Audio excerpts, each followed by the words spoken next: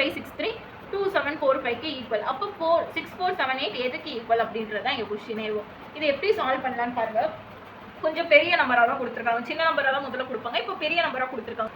இப்போ இந்த கொஸ்டினை எழுதிப்போம். 4563 எதுக்கு ஈக்குவலாம்? 2745க்கு ஈக்குவலாம்.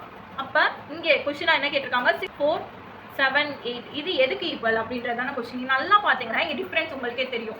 -2 ஆயிருக்கா, 4லேருந்து -2 ஆயிருக்கு. அதுக்கப்புறம் 5லேருந்து 7 +2 ஆயிருக்கு.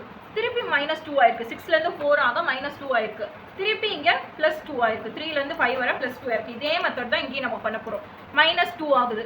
6ல் 2 போச்சுன்னா எவ்வளோ? 4. அப்போ 4ல் ஆப்ஷன் எல்லாத்துலேயுமே 4 ஆப்ஷன் தான் இருக்குது. அடுத்து +2 ஆகணும். 4 + 2 6. 4 6ன்னு எங்கே வருது? இந்த ஏவும் டியில் இடத்துலையும் மட்டும் வருது. திருப்பி -2 பண்ணுறோம். 5 திருப்பி +2 பண்ணும்போது நமக்கு 10.